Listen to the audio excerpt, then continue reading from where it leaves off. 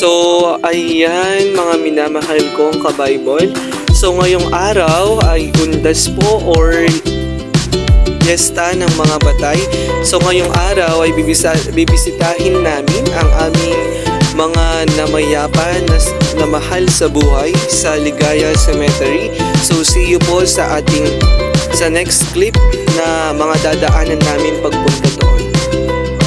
So, ayan mga minamahal kong ka-Bible, dito po ay dadaanan natin ang Pulong Masle Elementary School na kasunod po yan ay sa Pulong Masle National High School naman po.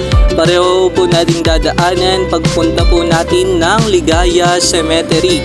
So pagkatapos po ng Pulong Masle National High School ay dito po ang dadaanan nyo po ay isang napakagandang lugar na kung saan ay maraming puno at maraming mga tanim.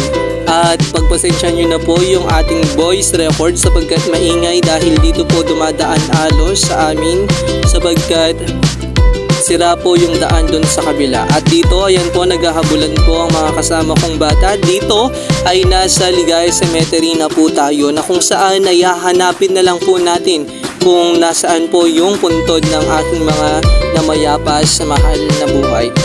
Dito ay nasa loob na po kami ng Ligaya Cemetery at dyan binabaybayan na lang po namin yung daan papunta sa aming mga namayapang mahal sa buhay. At dito, nariyan na po tayo. Ayan po yung mga aming namayapa sa mahal na buhay. Ayan po ang aming mga lolo, lola, tito at tita. At dito naman po ay dumating na ang iba pa naming mga pamilya, ayan, or mga kamag-anak. Siyempre, hindi mabubuo kung walang picture taking at kasunod niyan is kainan naman na.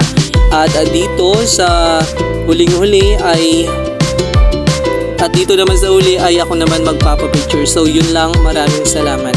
So ayan mga minamahal kong ka-Bible, natapos na po nating bisitahin ang ating mga mahal sa buhay. Kaya ngayon time for uwian na.